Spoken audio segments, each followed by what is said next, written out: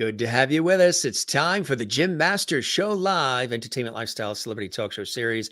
I'm your host, Jim Masters, sitting here in the host chair in Loverty Hall, as you guys have called it and named it about almost 3 years ago. And we lovety that. Good to have you with us. Hope you guys are doing well wherever you're watching from all around the world. We welcome our international audience. We are here in the United States, in the Northeast, in the greater New York tri-state area. And it's so great to have you guys here. Wherever you're watching from, let us know. We love the interactivity. You're sort of like our virtual studio audience when you watch and you comment during our episodes of JMS. And we welcome everybody watching in the United States, Canada, Mexico, South America, Europe, Africa, Asia, Antarctica, and Arctic Circle, and, the whole place, the whole globe, the big blue marble. Good to have you with us. Busy day for me, of course, lots of radio shows, TV shoots, all the usual stuff in the crazy industry of broadcast media, but always a joy to come right into here, into Loverty Hall, sit in this host chair and host and produce these shows to connect with all of you. And if you'd like to comment, speaking of connecting, I'm a very interactive host. That is the name of the game here at JMS. If you want to comment while the show is on, you can. Now, you can leave a comment in the comment section on our YouTube channel under all the episodes, hundreds of them. So don't forget, you can binge watch too.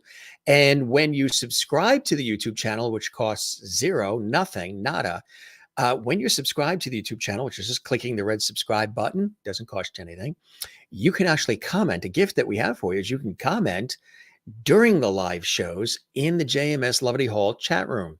What is that? There's a chat room that it's actually a chat section on this episode when the show's on, and you can comment while the shows are on. I think that's really cool. You can comment and say hello to one another, and we can actually see the comments coming in as they're happening.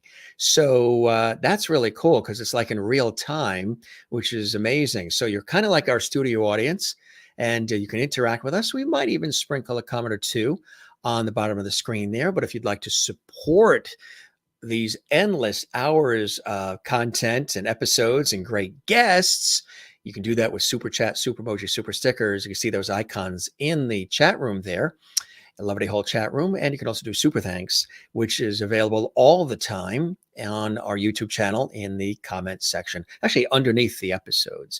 You can also share the link from our YouTube episodes for the Jim Masters Show series. There's a share button. You can share it directly to, social media to let folks know about these great episodes and all these great guests and all the content and all the conversations that we have together. So I see a lot of comments built up. We've got an amazing guest who's coming to us from Los Angeles, California, by way originally of Massachusetts. Michael Sean McHale, known as Mystery Mike, known as Miracle Mike as well. We're going to explain what that means, why he's referred to as Miracle Mike, why he's referred to as Mystery Mike. He's got an extraordinary background. He does a lot of different things, everything from entertaining children to acting and producing.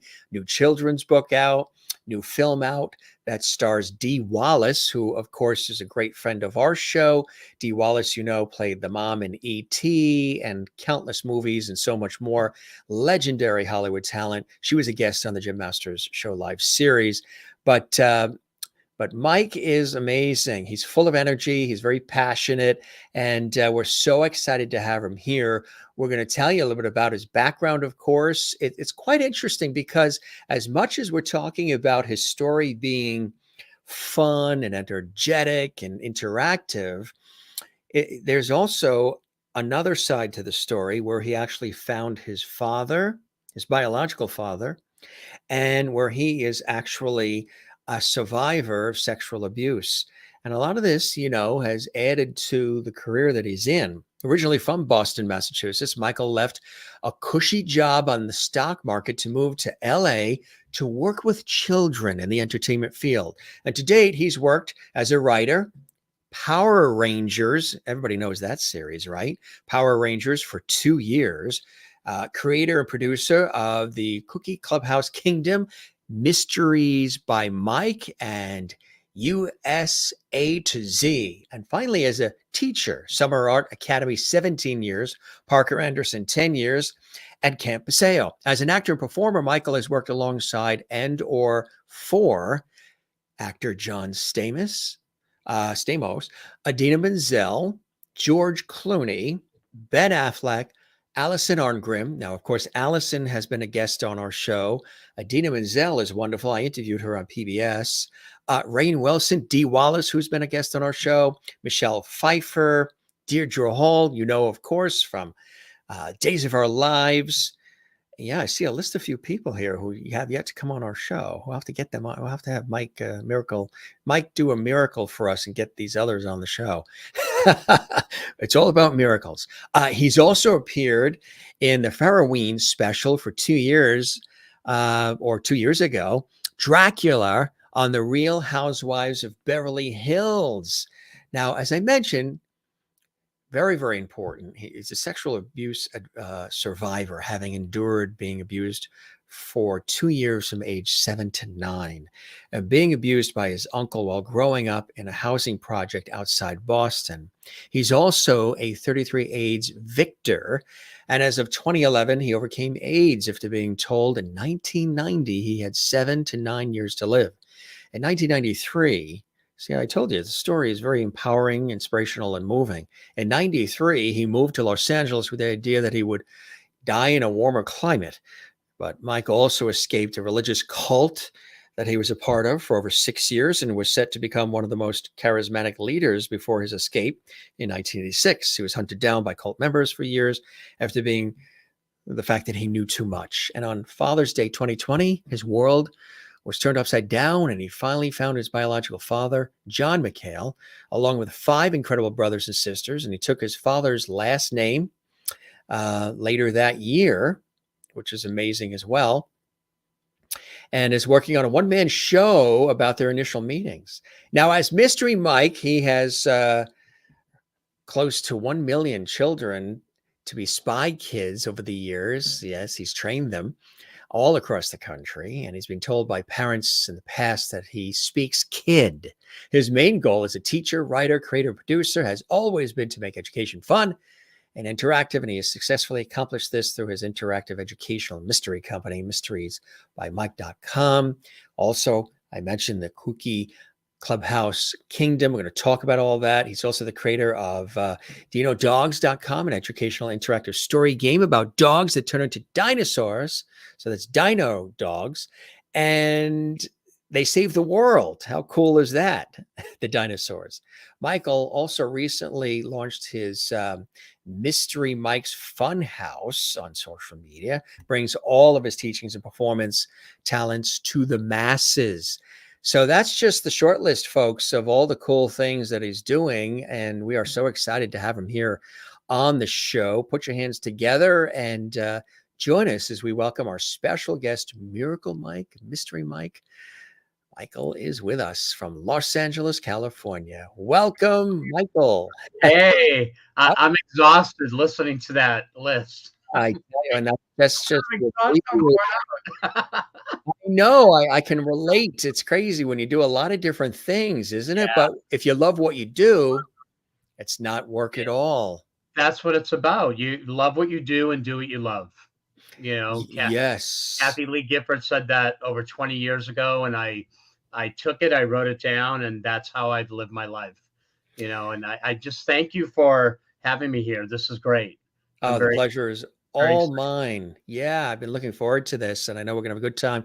Got a lot of cool things to show the audience. And so Boston to LA, from Beantown to Los Angeles. Tell us about that. You know, to have the wherewithal to say, I think I'm going to pick up, I'm going to leave and start anew out west. Sure. Yeah. I mean, as you had mentioned, in 1990, I was given 7 to 9 years to live by my nurse practitioner. I was diagnosed with HIV, and at that time, there wasn't the amazing meds there are now. So it was definitely a death sentence. And I started doing, I was proactive. I started doing stand-up comedy to heal myself. and it worked. And my nurse practitioner was blown away. I was doing stuff all over Boston and Nick's Comedy Stop and a whole bunch of other places. And my T cells actually kept going up.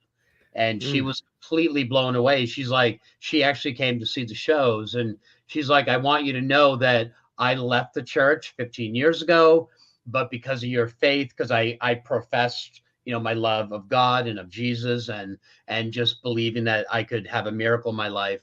And I didn't accept the death sentence of 7 to 9 years. And she said, because of your faith, my lover and I are now back at the church, and we're leaders in the gay church in Boston. Mm. And Wow. we both cried. We wept. And I said, if the only reason I became HIV and to get AIDS was to bring you back to your core belief, then I'm done. My work is done and I can go on. But, obviously I had 32 more years at least to do some fun things. Yes. And how And was your credit score during all that? that, while I was in the stock market, it wasn't bad. Now it's like almost 800, but back then not so good. Was that tough leaving that cushy job to move on, to leave what you've worked for or what seems to be something that might be a nice cushion later in life, retirement, all the rest, or are you ready to leave it? No, I definitely was ready, and I felt, I did feel like, you know what, if I'm gonna have 7 to 9 years to live, I might as well do it on stage, die Make on the stage, most of it. be and go somewhere warm. I have a lot of family on the East Coast, but I figured, why not? I'd only been to LA like once, very briefly, and I knew one person here, and he helped me get all set up. But I was doing so much comedy, and I was like actually opening for Stephen Wright and John Panette, because I'm a clean act. I'm a clean comedian. I don't do blue humor. And so I ended up opening for all these big acts, and I started getting paid for it. And I thought, you know what? Well, let's just take a chance and come to LA and pursue my work with children, and also do some stand up, do some comedy as well, and try to bring joy as much as I can to the masses. Had you always And been a funny kid growing up in Boston? no, not at all. I was very quiet. I was very shy. I barely said boo, and a lot of that had to do with the abuse that I had from my Yeah, uncle. yeah. I became extremely introverted. He had threatened to kill my mother if Mm, I said anything, and to hurt yeah. my nana. So I became very introverted. And then during college, or as I call it, the cult years, I became much more outgoing, and I started having fun speaking. And I didn't know, like, this is how naive I was when I started doing the stand up. I thought you write new material every week. So like I would open up a newspaper Monday morning and read articles and go, oh, woman kills boyfriend with her curling iron. Okay, that's a good joke. Like I just found all these crazy things and stuff in the news, and I would make jokes. And I did this for 7 months before someone said, no, dude, I've had the same material for 10 years. We don't Mm. do stuff every week. I'm like, really? But I had fun. I loved it. I loved writing new stuff every week, and they kept asking me back to come back and do it. And I had such a great time. I So is loved that doing. how you started as a writer, behind the scenes writing the material before the performance bug sort of bit you? Yes, absolutely. Yes. Cause I never did I tried stand up once, like in my 20s as like a dare, and it was a disaster. And I'm like, I don't want to do that again. But now it was a passion, and I literally was doing it for my life. I was doing Mm, it to save my life because I yeah, believe wholeheartedly that humor heals. And I still yeah, believe that. yeah, it I does. still Yeah. believe that to this day, that joy. And because when I've actually had full blown AIDS, it always happened during stressful times, after Mm, my mother died and after my yeah. grandmother died. That's when I first started getting like actually having AIDS and being hospitalized. So to watch funny things and to funny comedians and do fun things definitely helps health wise. Who are the 1 million. comedians and people that you liked? Who inspired you? It was Elaine Boozler and Jay Leno were like my two favorites at the time.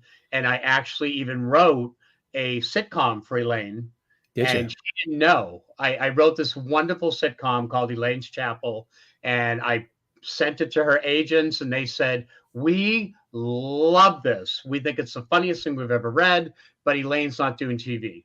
And I'm like, "Oh, okay." So I just let it go. Yeah. And then I meet Elaine years later, and I go, you didn't want to do my sitcom I wrote?" She goes, "I never heard about it."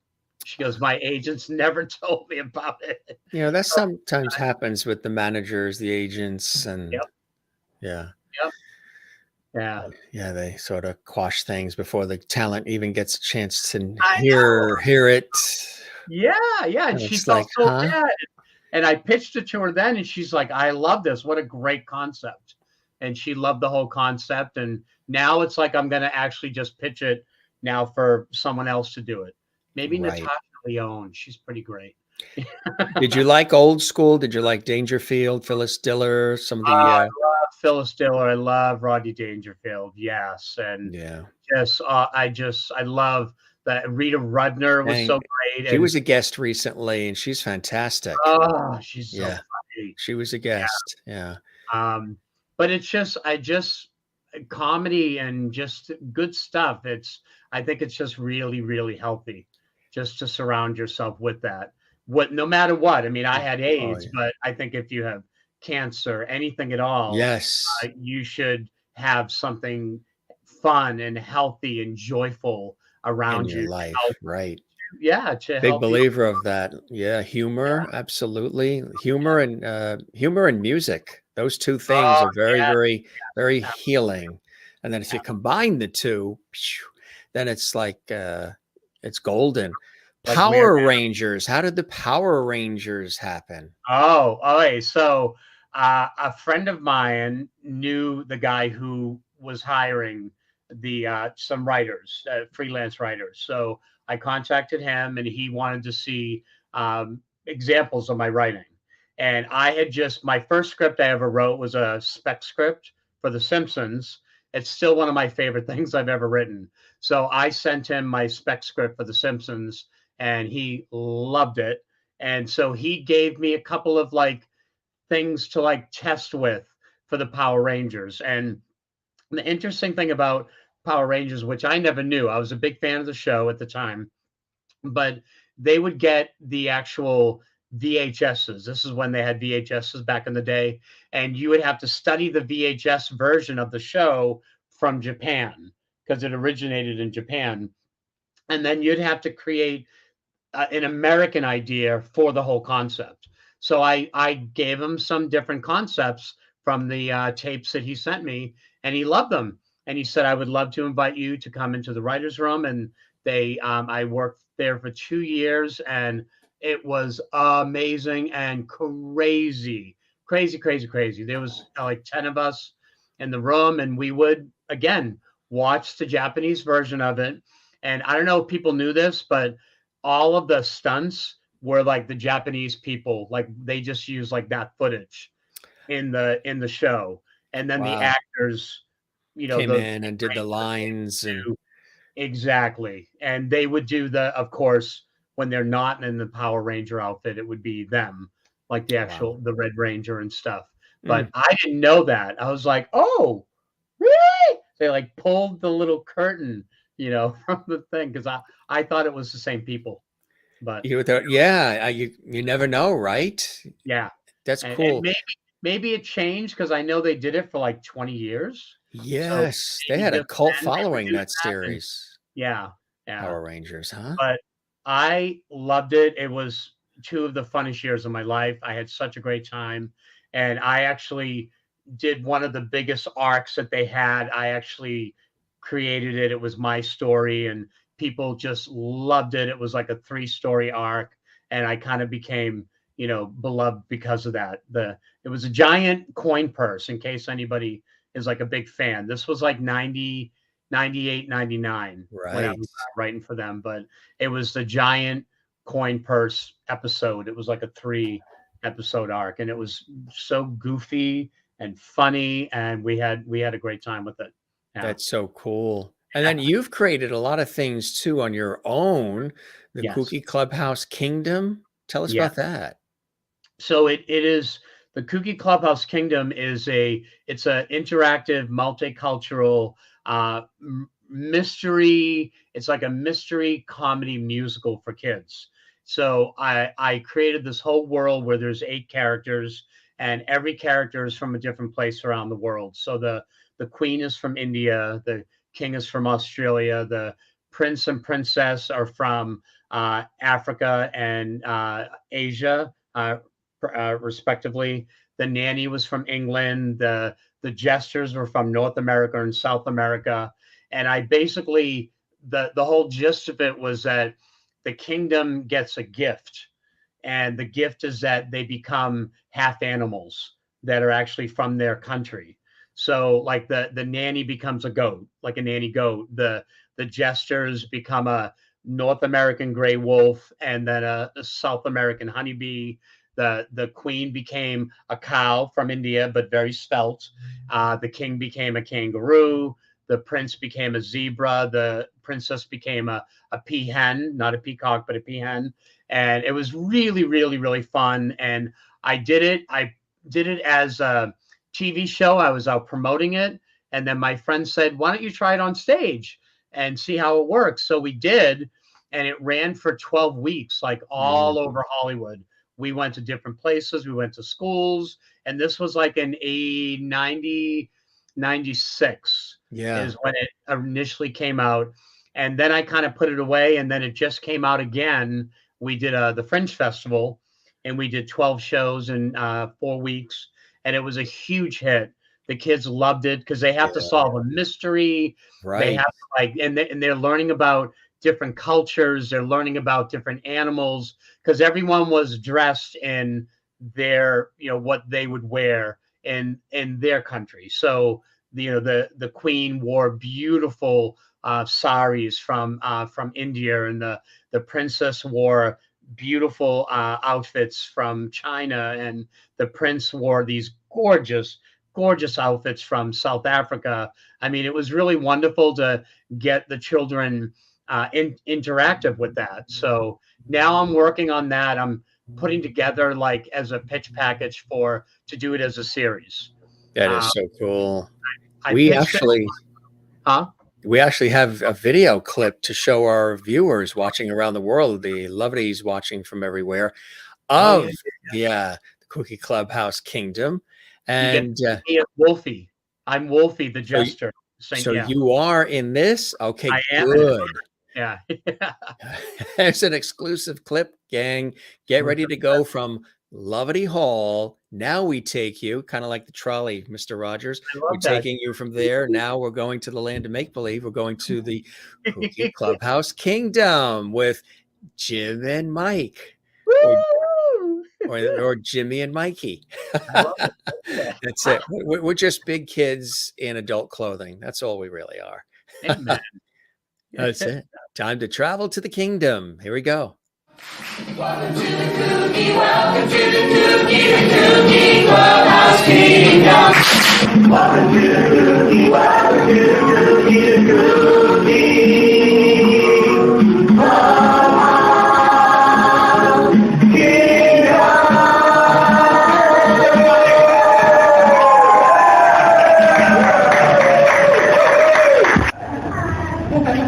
Hey, wait a minute. Nanny, reality check. This gift, it ain't for you. No, it's like totally for me. It's my new iPhone 17 that I ordered. No, maybe it's like some CD for me. No, it's for everyone. See, for everyone. You have opened the gift. Like, wait a minute. This box is like totally empty. Yeah, what's up with that? Not even a watch? Oh, it's me. I guess you didn't. Mama. Well, I didn't expect anything anyway. Hello, Beverly, a loud, booming voice. Who are you? Are you God? Oh, please, I'm just the narrator. Oh,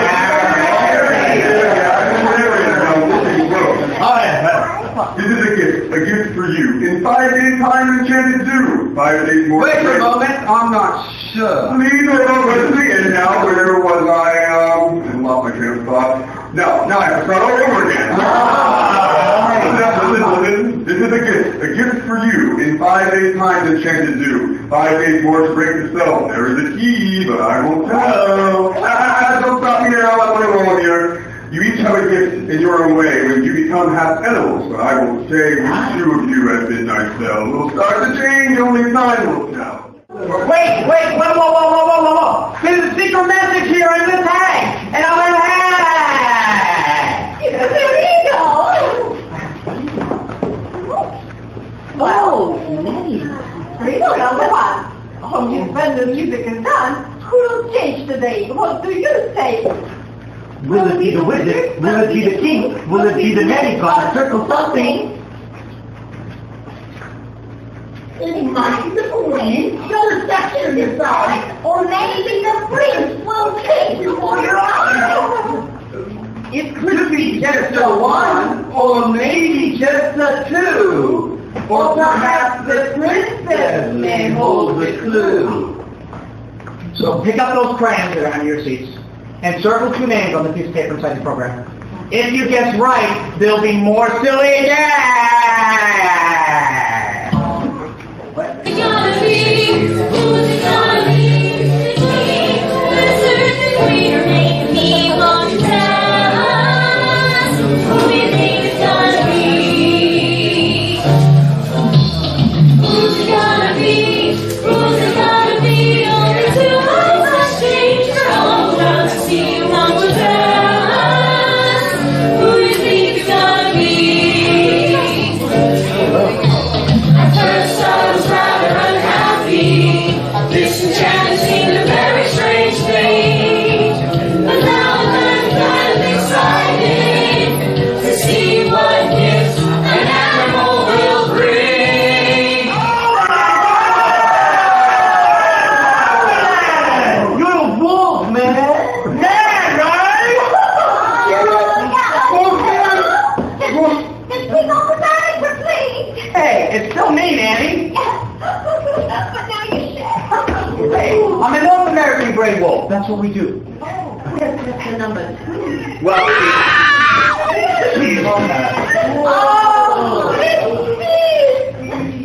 I can't believe it! This is not what I signed up for! I'm back in your insect! 6 flags, 5 parts of the blood of someone's wheelchair! I think it's great. I I hereby declare from heretofore that gesture number 2 will be known in the realm as honey!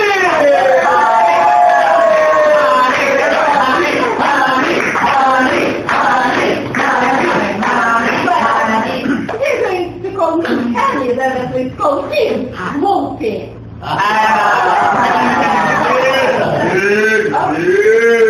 Wait, you're happy now. I like movie. Yes. Okay. And you are Wolfie!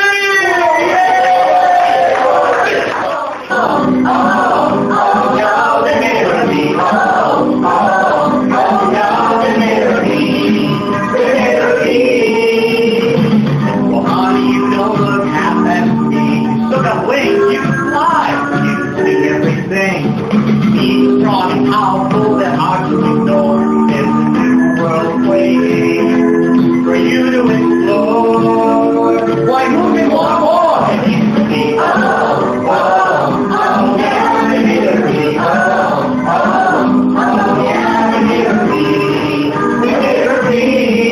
Welcome to Story Time!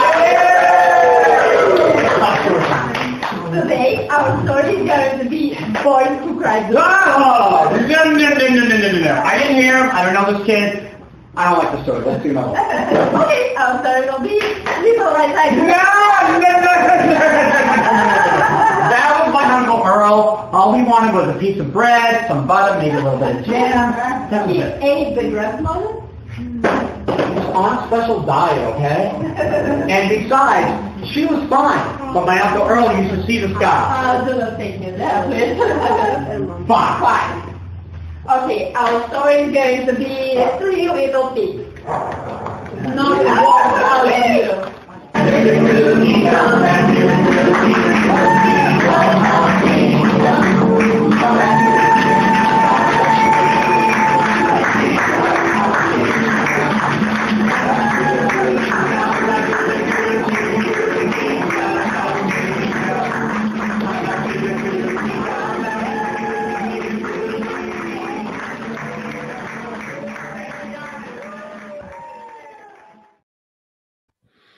Really nice. Really, really cool, right? Thank you. Yeah, I and if people notice, it said Michael Hennessy. Hennessy, right. That I was Hennessy until 2.5 years ago when I took my father's last name, McHale.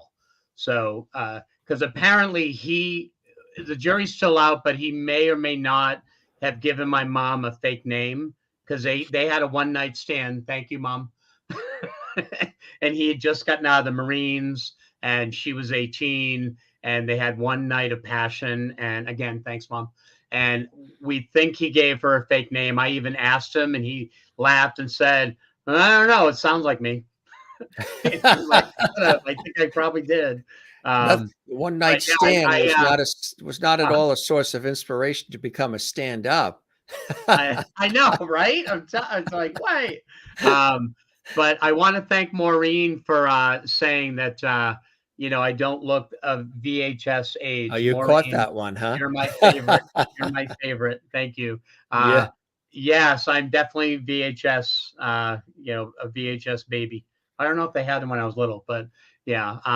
VHSs, sure. And and I did write. I wrote the whole play, and then I wrote some of the songs, and then I collaborated with the amazing Laurie Grant.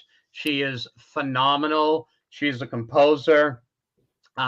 She has an amazing CD called Ice Cream for Breakfast. I highly recommend it, especially if you have kids. It's a children's CD, and it's so funny. All the kids I work with love that CD. But she's a very, very talented composer and writer. I would just go and sing the song to her, and she would be like, and do it. Yeah. We had a lot of fun. And my goal is to make it an actual series. And I also want schools to start doing the play.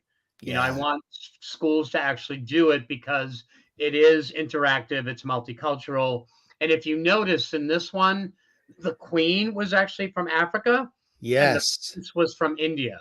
So we had two different casts because there were two women that came in to be the Queen, and they were both amazing. Yeah. So it was kind of like we were going back and forth. I'm like, how are we going to do this? So I'm like, you know what? We can flip them. And we had like a flipped cast like every other week. We had like different ethnicities come in, and it worked out great. It worked out really, really well. That's so cool. Yeah. That's so cool. We have so many things to talk about too. And we'll get to this a little bit, but you're also a healer, which is something, a whole other dynamic to what you do as well. You've got the new children's book out as well. How did the Mysteries by Mike develop? And also this desire to want to make kids laugh, make kids feel good about themselves. I can very much connect with that and relate because of, the shows that we grew up with, Sesame Street, Mr. Rogers. I mean, all of these fantastic shows that had that have all of these great values and just makes you feel good. Electric Company. And then, my work with public television, maybe I would even say probably watching those shows as a kid, I wanted to then get into the world of PBS and public television. For you, what was the inspiration to want to inspire kids and create Mysteries by Mike and all the rest? Well, the inspiration to work with children and inspire children came from a couple of places. One was my mother, Ellen Sue Garvey. She was a nanny as I was growing up, so all of the neighborhood kids were always at her place, and she was amazing with them. And then I had teachers. I still will never forget my second grade teacher, Mrs. Kirsten. She taught us like the days of the week and the months of the year through song and through dance. And I still remember was that in Massachusetts? In Massachusetts at the Shamrock Elementary School. And when she had passed about 8 years ago, I actually wrote a really beautiful tribute for her for our local newspaper. What was her first name? First name? I don't know. I don't even know what her first name was. It's like the reason why I say that, and you and I, before you went live on the air, we were talking about the fact that we have big families, and there's hundreds and hundreds of relatives on both sides of the family. And I mentioned this Boston connection we have, and we have the Boston connection, and Kirsten is that connection. What? I wonder if she is related to the family. God. I mean, because it's not necessarily a typical name either.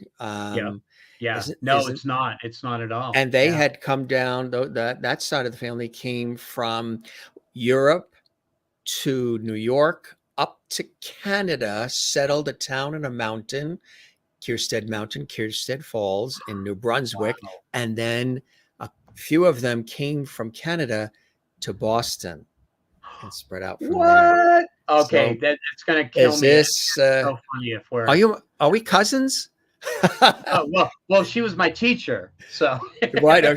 Well, that's right. Yeah, that's true. Yeah, but she was amazing. I mean, I still remember it was like, she gave us the instruments, and it was like January, February, March, April, May, June, July, August, and September, October, and November. Remember that December is the end until we start all over again. And we all had our instruments, and we danced around the room. Yeah. And I remember, I mean, now it's like years later, and I still remember it.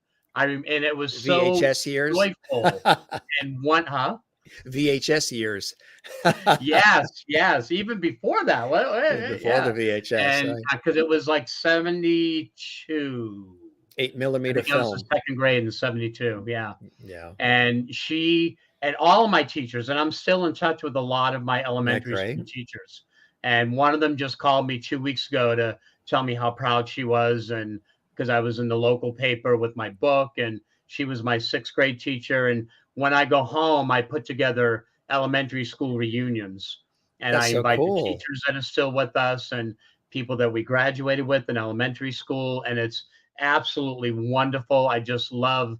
I have so much love and respect for my teachers from elementary school and on too. My Spanish teacher from 12th grade, we're still very good friends.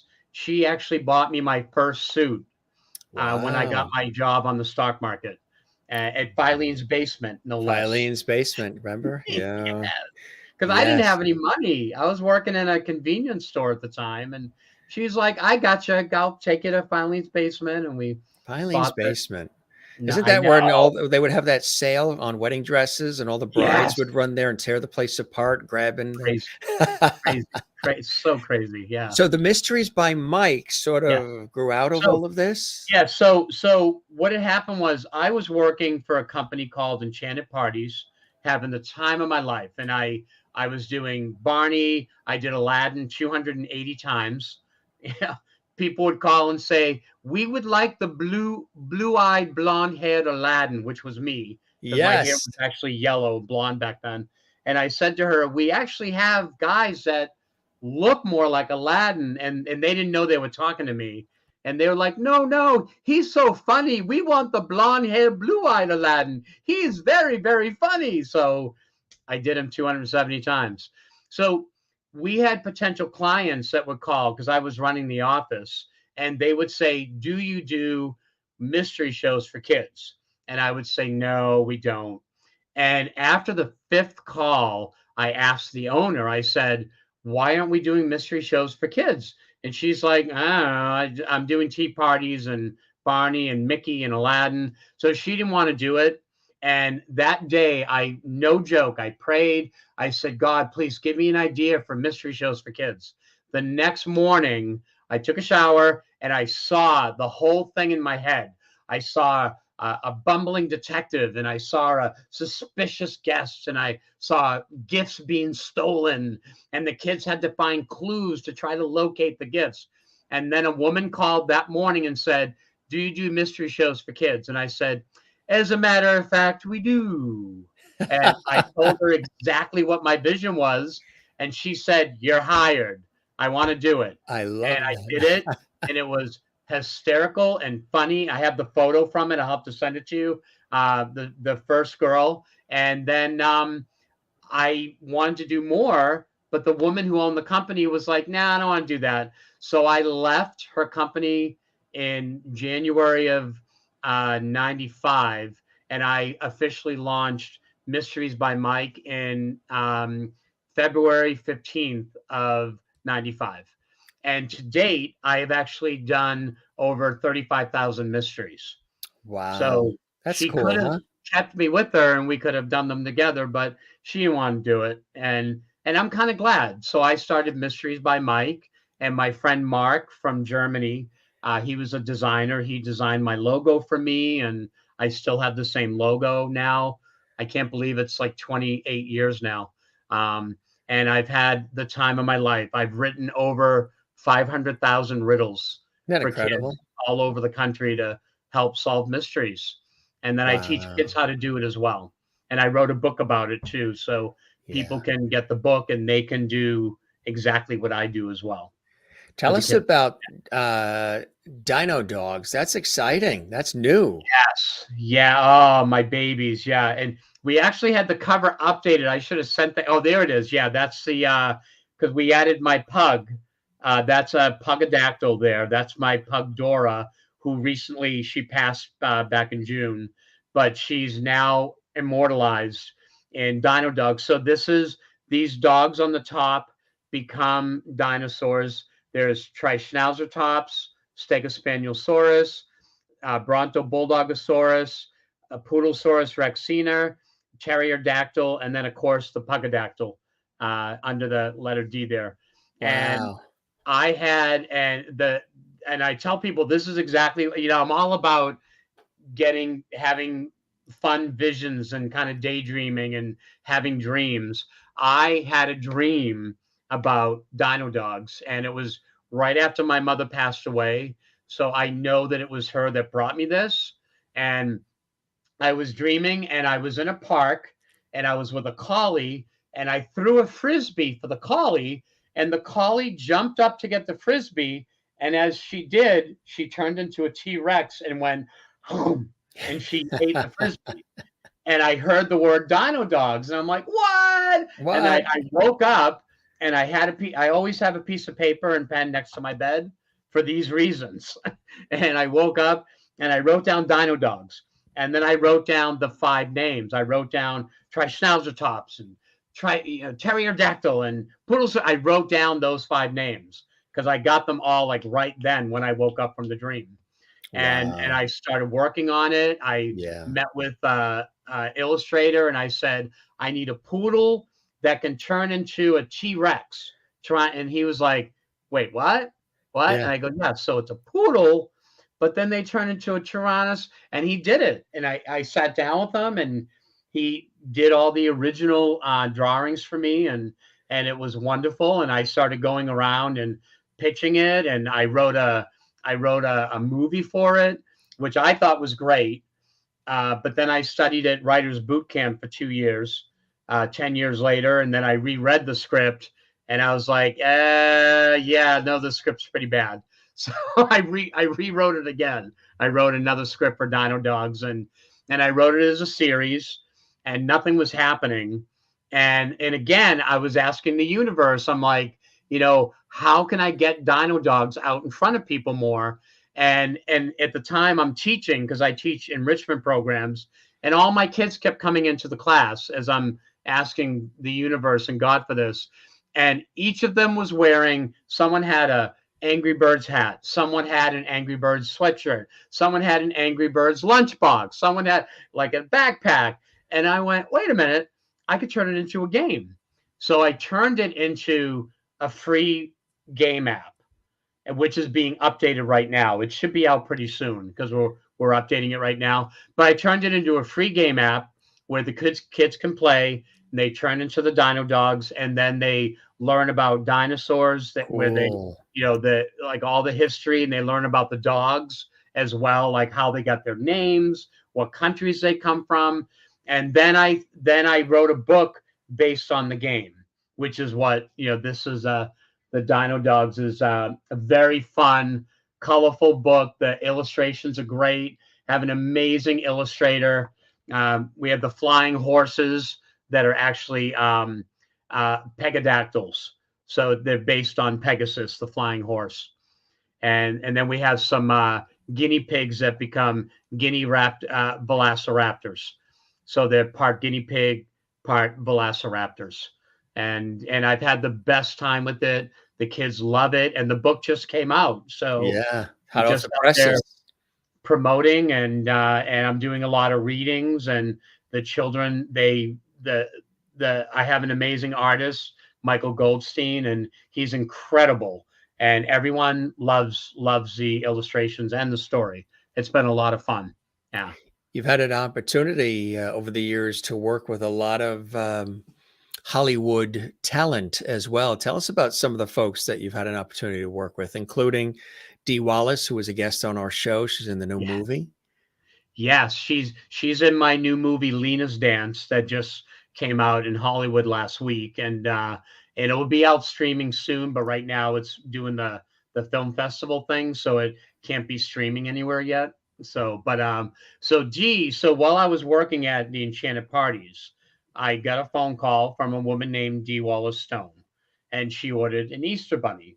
So I wrote it down and I said, "Are you any relation to E.T.'s mom?" And this was in 94. This was January of 94. And she said, "Well, you could kind of say we're like sisters." And I was like, "Oh, okay." I didn't think anything of it. I'm like, "Oh, okay, whatever." Yep, that's from Lena's Dance. That's the whole cast and crew from our wonderful, which is based on a true story that happened to me when I was 16, working in a nursing home, which was another one of my all-time favorite jobs. So then Dee calls back a month later and says, "I just want to confirm the Easter bunny for Easter." And I said, "Yep, all confirmed." And then I said, you even sound like E.T.'s mother." Yeah. And then she joked and said, "Well, I hope so, or my agent's going to kill me." I said, "Wait a minute. You are E.T.'s mother, aren't you?" And she's like, "Yeah, you got me." The D. And then we were joking and laughing, and she said, "I know you're not going to be the Easter bunny, but I would love for you to come to our Easter party because I'd love to meet you. I really enjoyed chatting with you on the phone." And I was like, E.T.'s mother? Yes, of course. We'll be there. And yeah, I'm like, I'm there. And the funny thing is, right before I moved out here, let me back up. Right before I moved out, I had dinner with one of my closest friends from the stock market. And she said, "You're going to meet all these big celebrities out there." And I said to her, "I just want to meet two people. I want to meet Dee Wallace Stone, and I want to meet Dan Gauthier." And of course, everyone's response is always like, "Who the hell's Dan Gauthier?" But I've become friends with both of them through their children. Dan Gauthier is a very good friend, and as is Dee, is like one of my closest friends now. And I went to the party, the Easter party, and thank God I did, because the Easter bunny, poor Roseanne, I love her, she's still with us. The kids beat the crap out of her because she had the big head thing on, and she was like, "Ruff, ruff, ruff, ruff," and the kids were beating on her head like, "What did you say? We can't hear you." So I had to kind of swoop in and take over and run all the games and help with the Easter party. And then Dee said, "I know you're not an actor, but because I wasn't at the time at all. It wasn't even in my foresight to be an actor." And she said, I do teach acting class, and if you'd like to come check it out, that would be great. And I went, and it was amazing. And I saw people that I thought should be winning Academy Awards. And then I ended up taking her class, and I studied with her for a number of years. And I also did 8 or 9 parties for her over the years.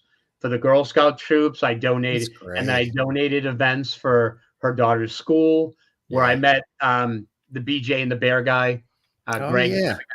Yeah. It was a big celebrity school. So That's so cool. Also commercials too, right? We've got a little clip here of you doing your thing with some commercials as well. Yes, I had some recent ones too, which are really fun. I did a TurboTax. I represented teachers and the TurboTax during COVID, and then I did a recent one for hearing aids as well. Let's And take a look at my that. dad just thought it was hysterical. Unbelievable. Here it is.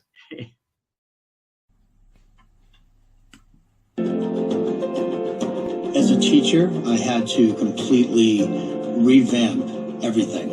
At the beginning, it was a nightmare in my virtual classes because I had no idea. I had to go from A to Z within a couple of weeks. First things first, put your goggles on. The kids all use stuff from their house.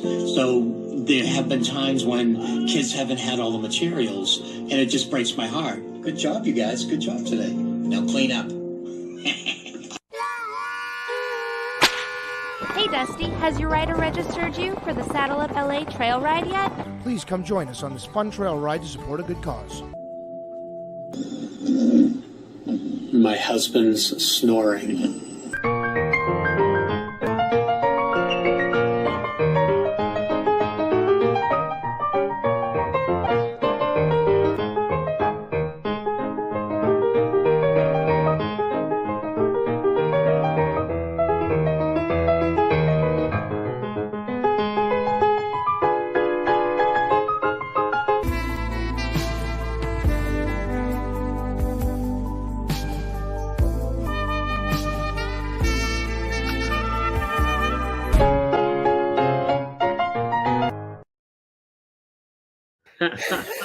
Even a little Kenny G in there.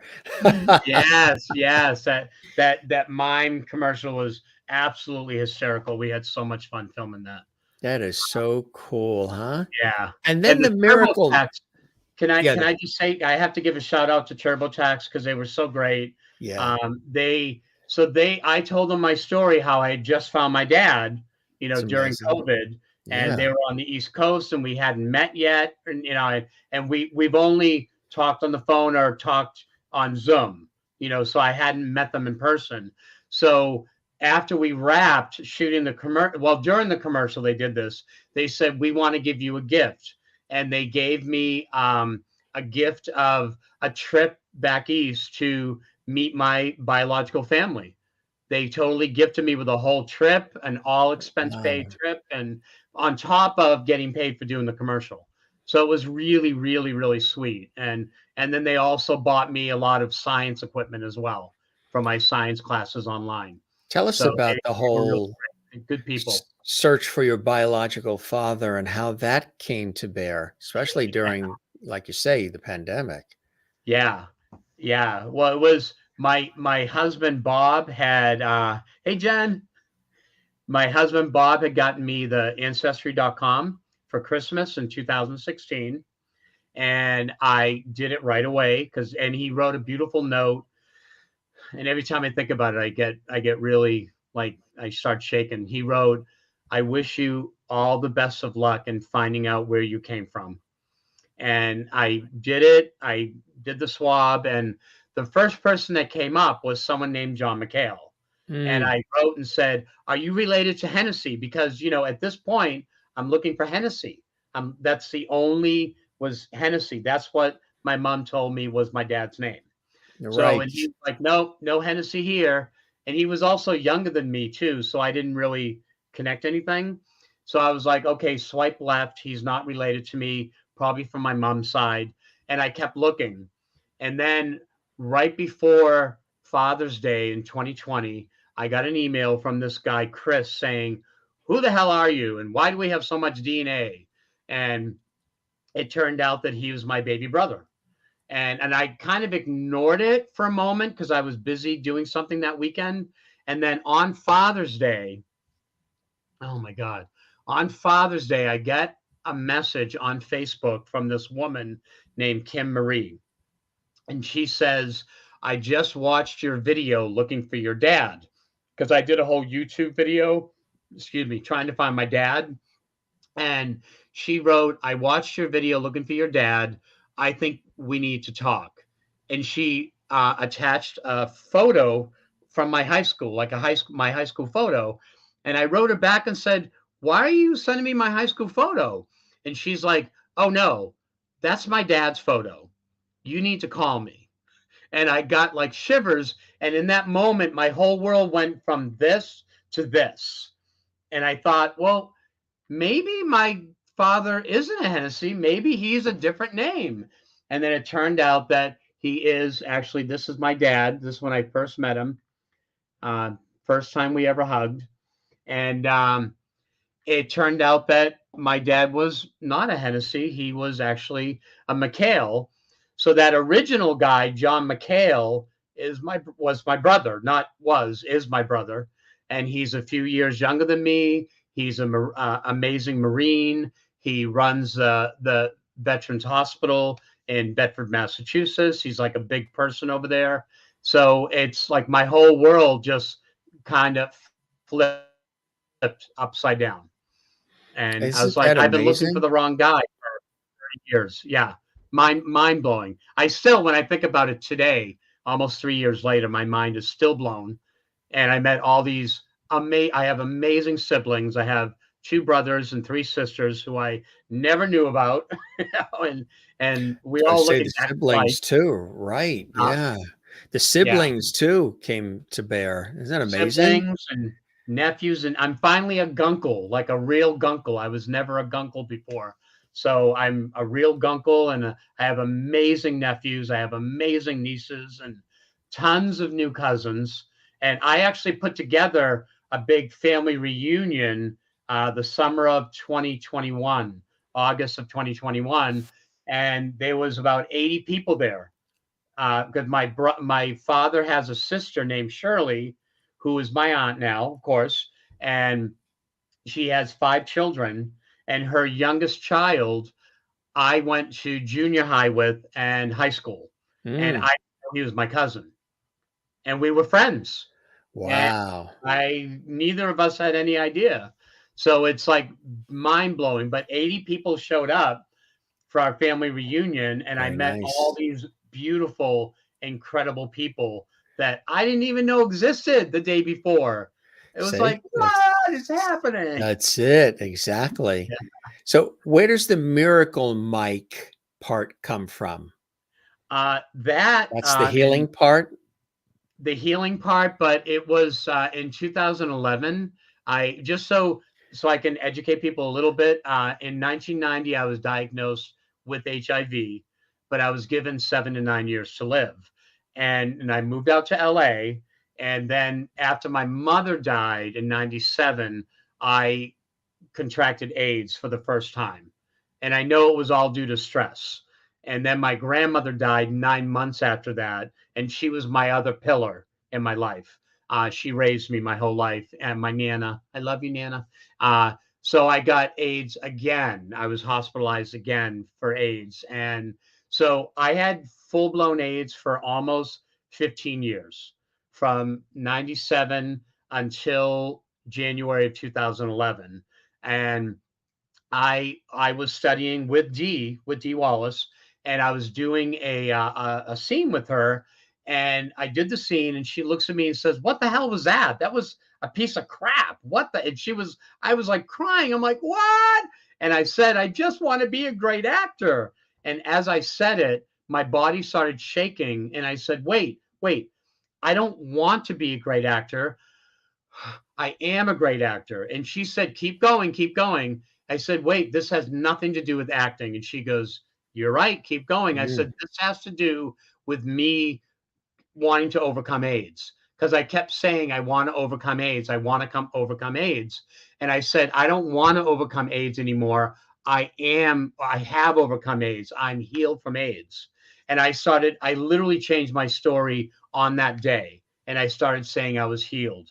2 months later, my doctor contacts me and says, I don't know what happened, but you don't have AIDS anymore. And I said, it's because I changed my story, yo. It's like, and he goes, whatever you're doing, don't stop. And so the Fox News got wind of me overcoming AIDS, because it's not a normal thing. People don't overcome AIDS. Like back then, it wasn't, especially. So they had me on the news. Is that KTTV Channel 11 in Los Angeles? On Fox News, yeah. Yeah, Channel 11 in LA, yeah. And they actually gave me the name Miracle Mike, and I took it. They said, you're not Mike anymore, you're Miracle Mike. And I said, I will take that and I will own it. And I got more into healing after that, because I was studying Reiki.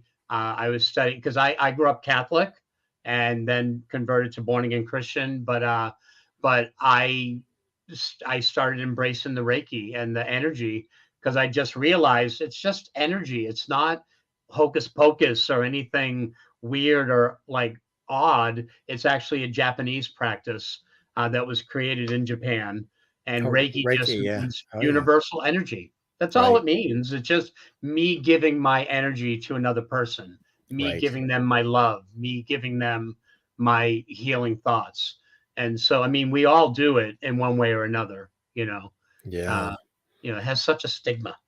Yeah. So how do you do the work?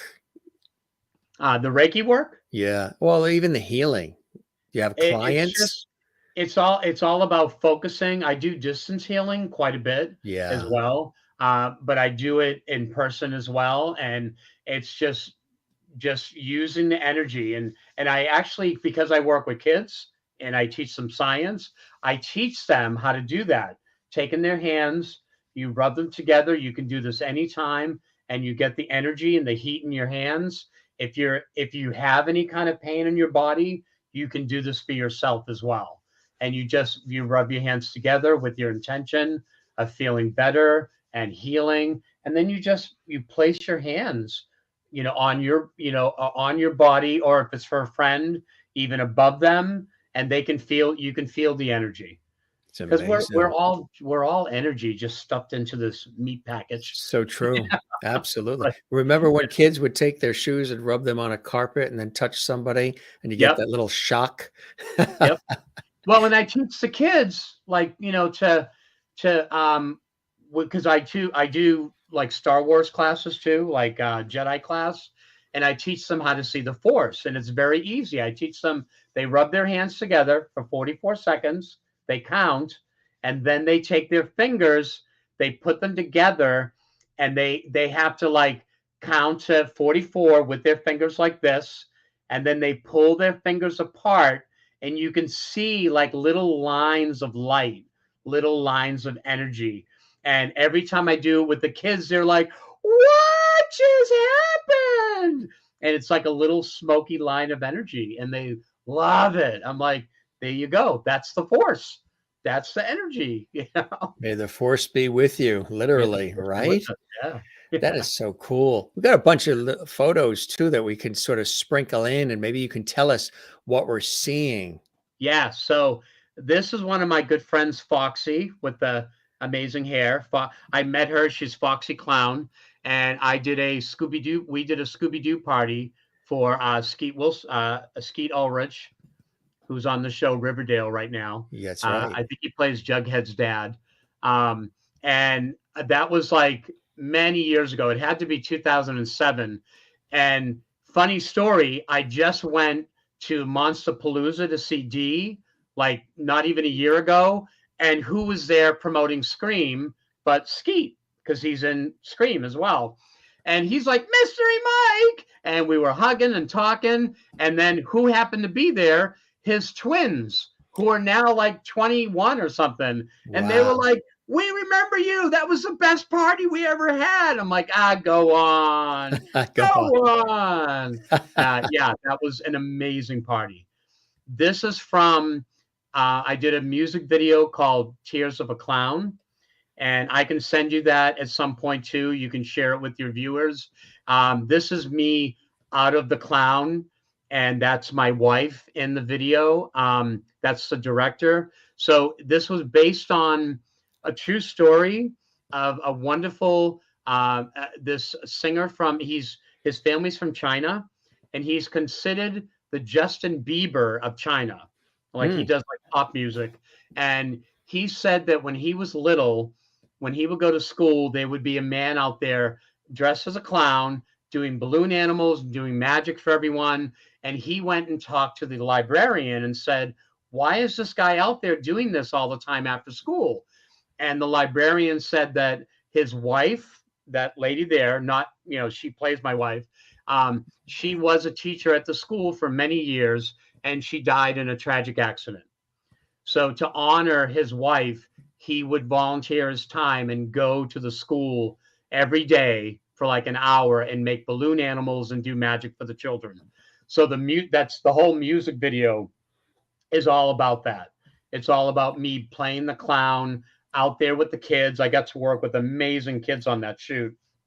And it also shows me and my wife. And then, you know, we had the tragedy happen, and then I started putting it on. Yeah. And oh, I love these guys. So this is Michael Douglas and Chuck Lorre. Michael, so this was a meet and Chuck greet. Lorre, for people, mega producer, 2.5 Men, that series on CBS, and so many others. Yeah. Yeah. And and he's amazing. The Young Sheldon and Big Bang Theory and the Kaminsky Method, they were doing like a little meet and greet there. And I actually thanked Michael Douglas for doing the Liberace movie. And I shared that I was at the time, I was a 31-year victor over AIDS. And Matt I Damon also, from Boston. And was from in it. Boston, yeah. And I also got to share with Chuck. I had just performed at the wrap party for a show called Mom with Allison Janney, and it's his show. He created Mom as well. That's right. So he remembered me from that. I put together a big scavenger hunt trivia escape room event for the whole cast and crew of Mom, and they all said, "We do stuff all the time. This is the best thing we've ever done the whole time of shooting of Mom." I'm like, oh, thank you.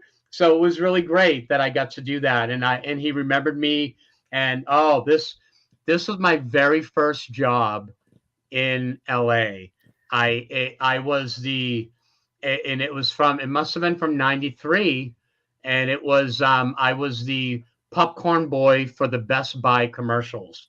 So they had a whole Hollywood theme commercials for like Best Buy, and I was the popcorn boy. It was like I walk up with the popcorn. I'm like, here you go, enjoy your movies. And it was really, and I still have the hat, and I have the paper vest. The vest is paper. It's made out of paper. I still have it. Yeah. Oh my God, Patrick. So this is Patrick Warburton, who I just love, love, love. A lot of people know him from Seinfeld. And I did a commercial. It was for a Swedish gambling like site. I don't even know the name. I have to look up the name of it. And they needed a guy to ride the bike, you know, the big bike from the 1800s. Yes, the big wheel in the front. Yeah. Exactly. So I had been on one once, just sitting on it. But the casting director was like, we don't care. That's all we need. We're going to hire you. So I'm like, okay.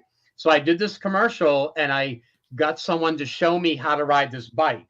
It was very painful, but I learned how to ride the giant bike. I fell off many times, but when I got to set, I did it. I walk in and I go, oh, there's my outfit, because I had like a pinstripe outfit from the 1920s. And they said, no, that's Patrick Warburton's outfit. And I go, no, that's mine. I just fitted for that. It turned out, and I didn't know this, I was his stand-in. Mind you, he's like 6'10", and I'm only 5'9", but I was his stand-in. So in the commercial, he's like the spokesperson, and then he goes walking towards the bike, and then it shows me riding out, like just from behind on the bike in the commercial.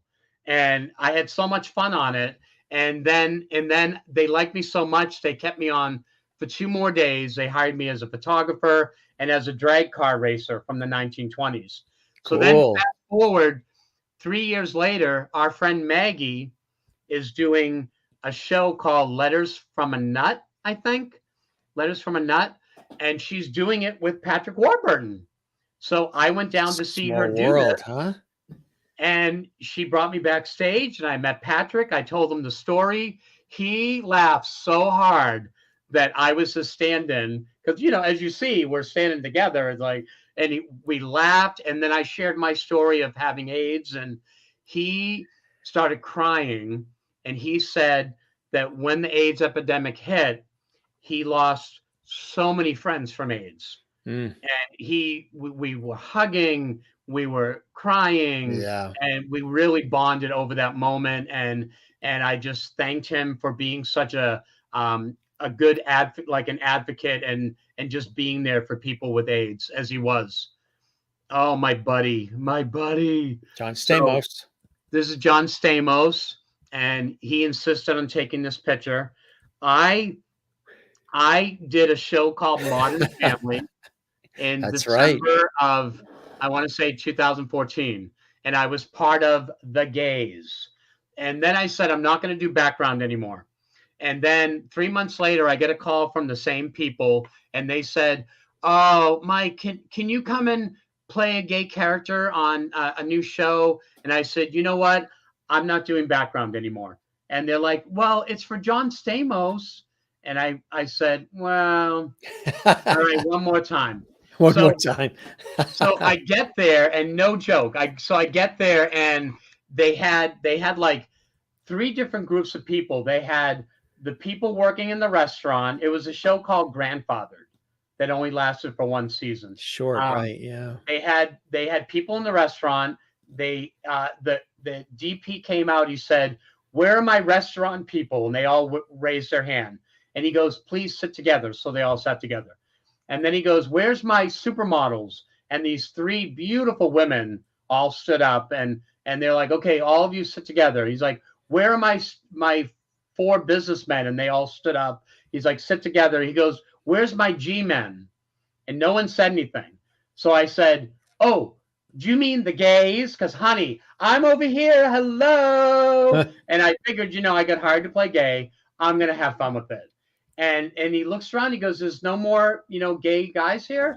And there was one other guy sitting across the room, and he's like, he waves his hand like, ugh. And the guy goes, come over, sit here.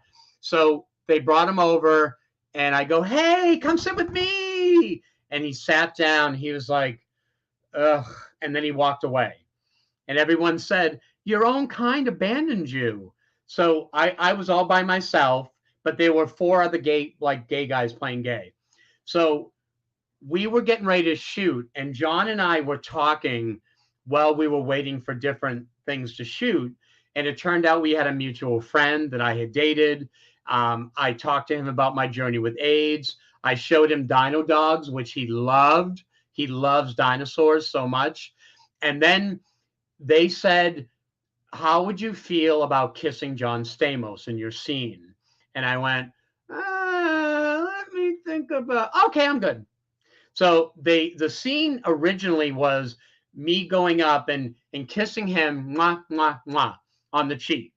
And we did it 1 take. And then I said, you know what? That didn't work for me. We need to do it again. And then we did it again. And I did this for like 9 times. And John was laughing so hard. And I was laughing. And then the director finally said, you know what? This isn't going to work. We're going to cut the kissing. It's taken too long.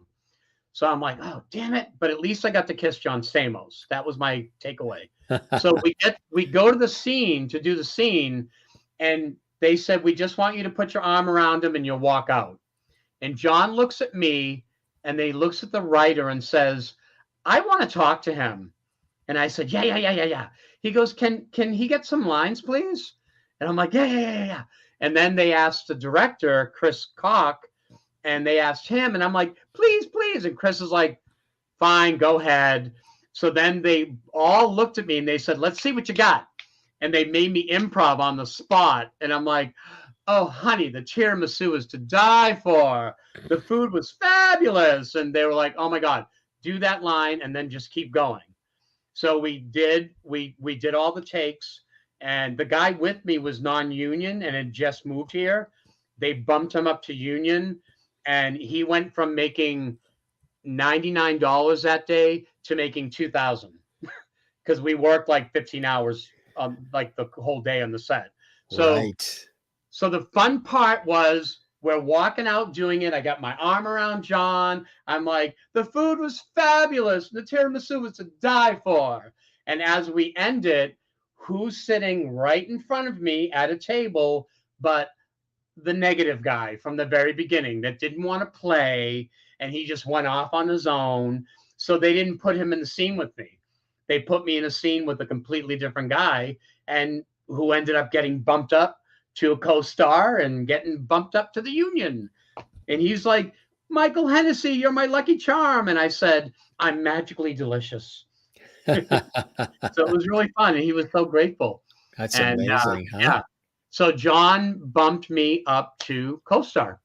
And Cool. I'm grateful. I'm so grateful. He paid my rent for half a year. It's Literally. amazing. God, Yeah. it's friend for life for sure. Yeah. I love John. Love John. Good man. And the set was amazing. It was one of the greatest experiences I've ever had on set. John took care of everyone on that set so well. Yeah. Tell us about this one. This is from Tears of a Clown. That's my clown from the music video. And as you can see, it's written in Chinese, but then it says the lyrics under there. And he does sing in Chinese, but you get the gist of the music video from watching it. You kind of know when you see it. Reggie. Do you know Reggie? Do you know Reggie Watts? Tell our audience. Yeah. Love Reggie. I've been a very huge fan of his from the comedy Bang Bang. I just think he's so talented, how he just takes things and he riffs and goes on. It's just amazing. So I was asked to I got a hosting gig, and they said, yeah, we're going to do a little talent show at the old Silent Theater on Fairfax in Hollywood. We heard you're an amazing host. Could you come and host our show, our talent show? And I'm like, sure. It was just, for me, it was just a little hosting gig. And I figured they're going to have their friends there. It's going to be whatever. Dude, I get there. The place is packed, sold out. The guys that hired me, they were writers for Saturday Night Live back in the day. And everyone on the docket, everyone that was performing are like huge artists. I'm like, what am I doing here? I felt so out of place. I'm like, what am I? And Reggie was the closing act. And I was like beside myself with like glee. I'm like, oh my God, I'm like hosting a comedy show and Reggie's the closing act. And I did my thing. And during in between each act, I told how I met my family. I shared about my AIDS, overcoming AIDS. I shared about my life. So when I introduced Reggie, when he came up on stage, he gave me a big hug and he said, I said to him, I love you. You're amazing. He's like, no, you're amazing. And we were hugging. And then afterwards, I said, can I please take a photo with you? And he's like, I would be honored. He said, where have you been? He said, Hollywood needs more people like you. He said, just your story is so inspiring and who you are is just amazing. And I was like, oh my God, Reggie Watts likes me? I was like so flustered.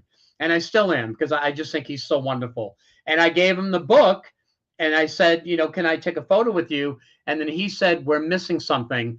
And he insisted on holding up the Dino Dogs book, which was great because I talked about Dino Dogs and then I showed the book. Very cool. Yeah. These are two of my favorite people. The woman with the pearls is Lish. Her name is Alyssa Lish. And the woman trying to stab me, her name is Janet. This is from one of my murder mysteries that I did in Calabasas years ago, and for adults. I do them for adults and teenagers, and we had a blast. And Who's Janet, the woman on the left, you said? the woman on the left, her name is Janet, Yeah. the older woman with the knife. Yeah. And I met her doing my first play in Hollywood called Carol's Christmas. And it was a Christmas carol, but with a drag queen. And we became instant friends. And then I went on to create a web series called The Queerbergs. And I brought her on to be my lesbian wife. And The Queerbergs, I didn't send you that one yet. I'll send you that later. But it's a gay world. Everyone's gay.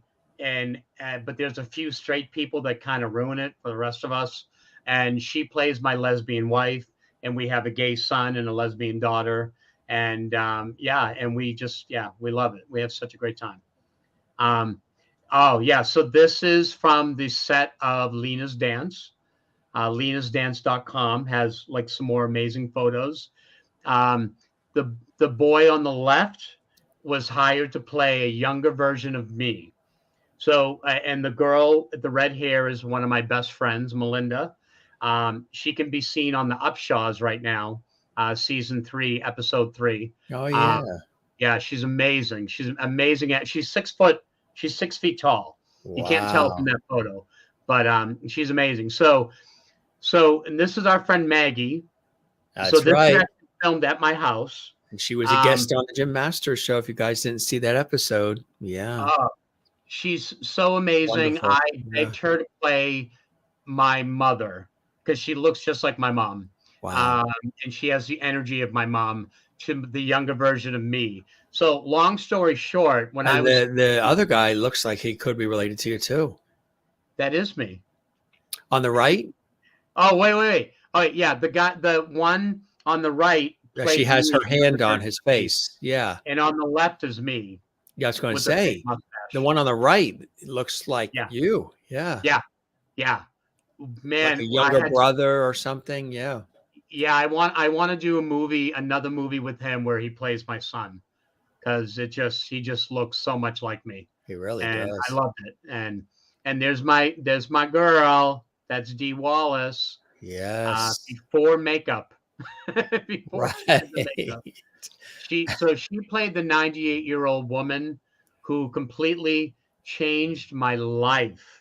When I was 16, working in a nursing home, this 98-year-old woman, Lena, set me on a completely different path in my life. And it all happened because of one moment that we had together when she shared that she was very sad because she didn't get to live her dream of being a dancer. So there it is. There's Lena's Dance, and Lena'sDance.com. If you go there, you can see the music video and there's a little trailer for the movie. It's a short film. It's like 19 minutes. But I got asked to work late, and I wasn't allowed to work late because I was in high school, but I really needed the money because we lived in the projects. And so they let me work late, and we had just celebrated Lena's birthday that day. I brought in a cake for her. We just celebrated her, and I was there late that night. Lena was crying. I went in. She said she was 98. She said she was very sad. She never got to live her dream. And I asked her what it was. She said, I always wanted to be a dancer. And then I said, why didn't you? And she said, because I had to have children. Then I had to take care of my children. Then my children had children, and I never got to do what I wanted to do. So I said, well, that's a gosh darn shame. I turned on music, and I took her out. I put the railings down, and we danced for 2 songs. I put her back in bed. I kissed her on her forehead, and I said, now you're a dancer. And we both cried. We both were bawling our eyes out. And she was like, thank you so much. Thank you, thank you, thank you. And then I came in the next day, and she had passed during the night. And in that moment, when I heard she had passed, my life was going this way, and it started going this way. Because what she had showed me was that you've got to live your dream. You can't live Correct. someone else's dreams. No. You've got to do what you want to do Right. and not let people tell you that you can't. Exactly. So Right. I've been sharing her story ever since, and it's been 41 years now. I've been sharing her story, and now it is it's in movie form, and I want to eventually make it into a feature film as well at some point. Quite exciting, huh? Yeah, yeah, and Dee has won Best Actress at 2 film festivals so far, So cool. and we also won Best LGBT Short as well. Oh, Leslie. We just lost. Yeah. We just lost Leslie Jordan, man. Oh, I love him. He came and volunteered. I host a wonderful event every year called Saddle Up LA. And I think it's saddleupla.org is the event. It's a horseback ride to raise money for AIDS. And I think this would be their 17th year. It started in 2006. I know that we've missed a couple of years because of COVID. Leslie was one of our celebrity riders. Every year we have a celebrity come in and ride. They do the horse ride, and then they come to the banquet. So I rode this year when Leslie was there. He was so funny. And he was a jockey, apparently, growing up. I didn't know that. I'm like, oh my God, Leslie. So he had the best time. And then he came to the awards dinner after. And I host the awards dinner like every year. And we have lots of amazing celebrities there. And Leslie was just one of the most dearest and wonderful people I've ever met. And we stayed like as like acquaintances over the years. I'd see him at different events and lots of hugging, and would talk about Saddle Up again. And yeah, what a great man. Great loss too. I'm so sorry we lost him so soon, way too so soon. Tragically. Yeah. Idina, is that Idina Menzel? Oh, Idina. So yeah, so I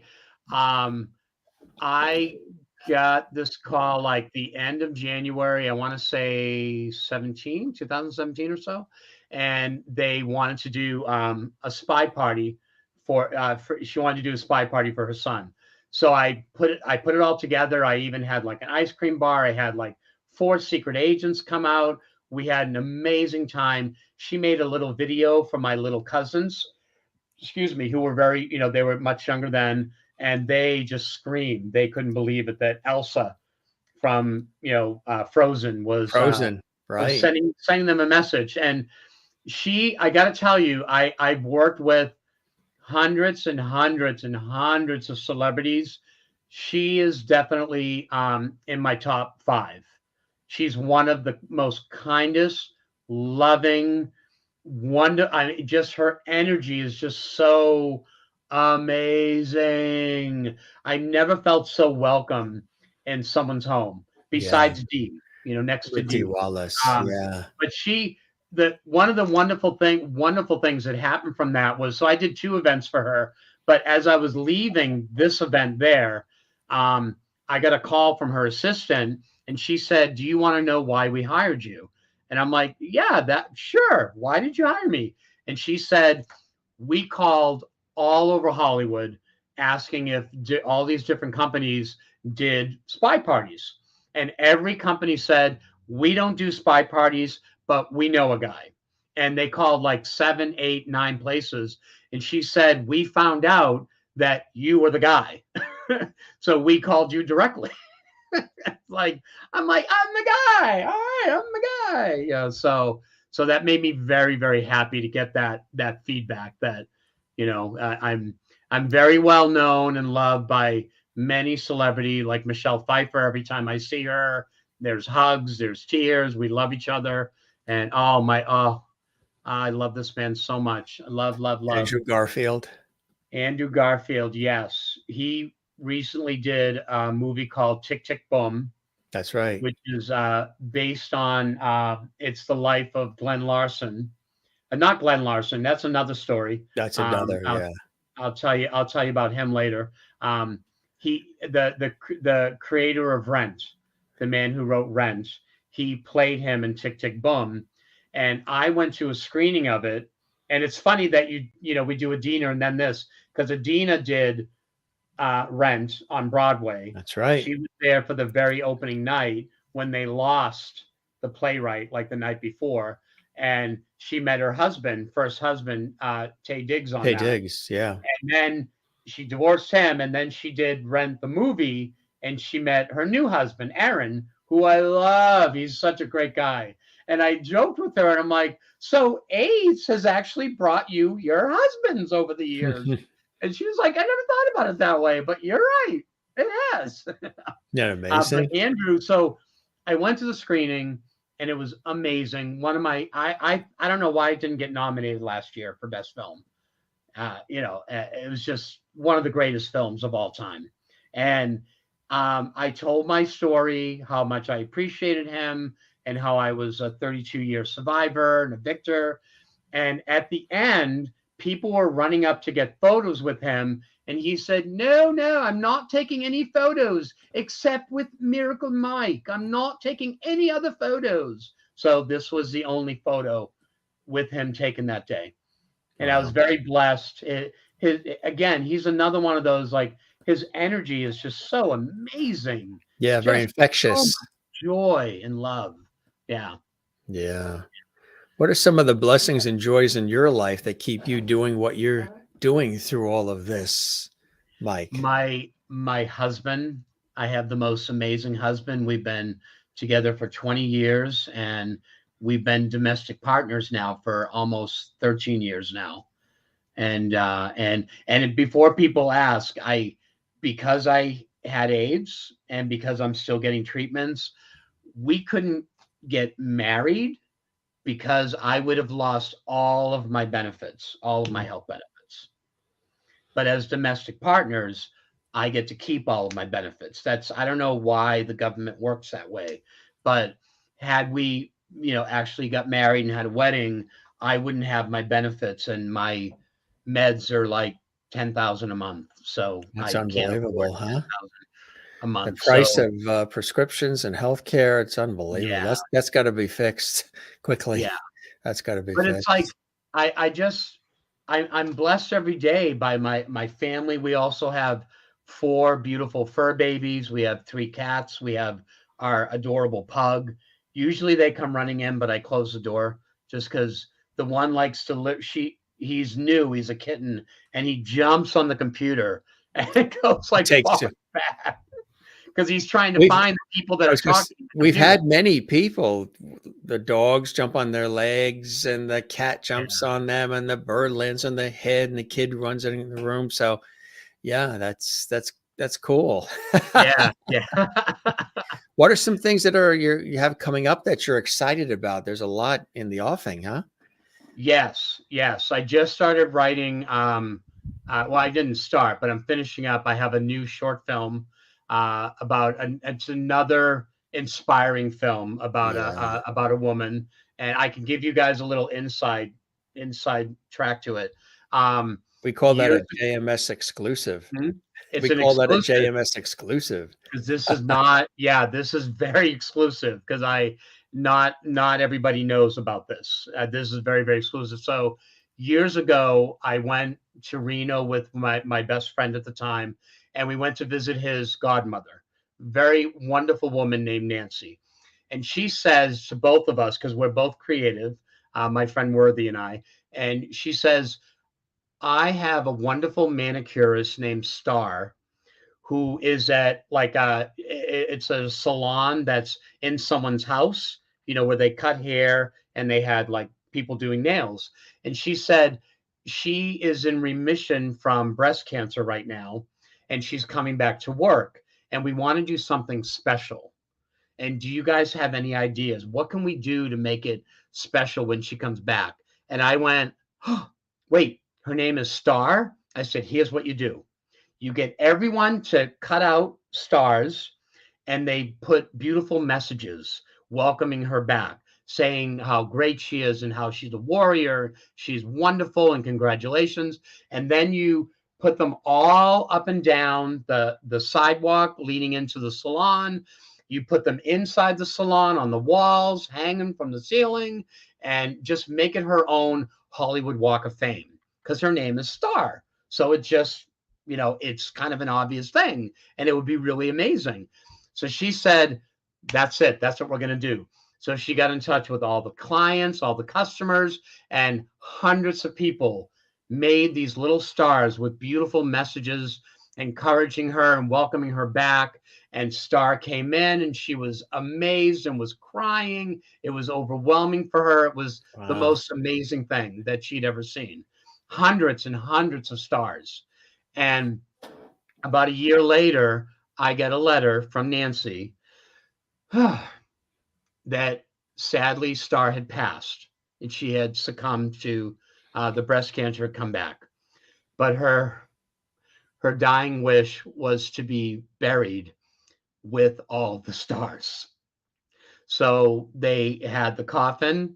It was an open casket, and she had all of the stars that people had made with her. So she was literally buried with the stars. So that is the next short that I'm doing. How beautiful is that, huh? Starry, Starry Night. Yeah. Yeah. Yeah. It was powerful. It was so powerful. I was like, oh my gosh. It was just, yeah. Because I'm all about that. I want to positivity and inspire people, and that, just, wonderful. It's so important to do that, right? And if we can do it through the work we enjoy and the work that we are gifted to be able to do, yes, there's nothing better. It's absolutely, it's a blessed, sweet spot to be in. You do what you love what you do. Thank you, Maureen. Yeah, so you all heard about that here first on the Jim Masters Show. Jim Masters It has not been made public yet. I'm actually meeting with the daughter of the godmother in a couple of weeks, and we're talking about more details. And then I start casting. I'm going to start casting it, and we're gonna make it. Thanks, Maureen. Maureen's one of our longtime lovities from Arizona, and she did the super chat in the Irish green. We love that with St. Patrick's Day. St. Patrick's Day is approaching. The Irish Sláinte. It's been a pleasure hearing your story, your road to success. May God continue to bless you with good health. Absolutely, I agree, and 110%. You know who enjoyed it too as well? George Burns. Oh, George. That's what everybody does. Yeah. Everybody goes, oh, there he is. He's got his cigars, Red Hanky. My aunt collected. Or do you say aunt? Do you say aunt? Auntie, my auntie. Aunt. Yeah. That's very New England, is the aunt. Isn't that right? How you say it? Well, I grew up in New York. I grew up out east on Long Island in New York. So we've always said aunt. But when we would come up to New England to visit our cousins and aunts and uncles, they would say aunt. So, but open the doors, see if the fur babies will come in too. If they'll come in. My aunt/aunt collected dolls.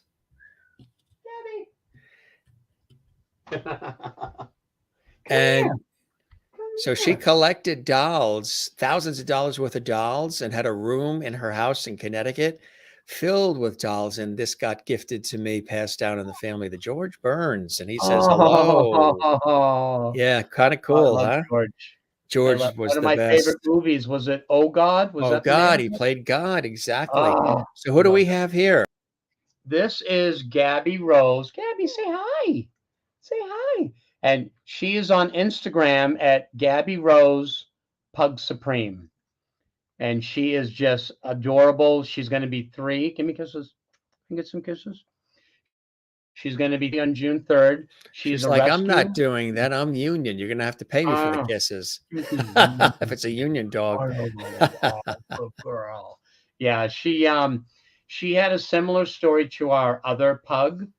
Poor Gabby was in a cage for 2 years being bred for puppies. And she lost 2 litters, and she had matistus, I think they called it.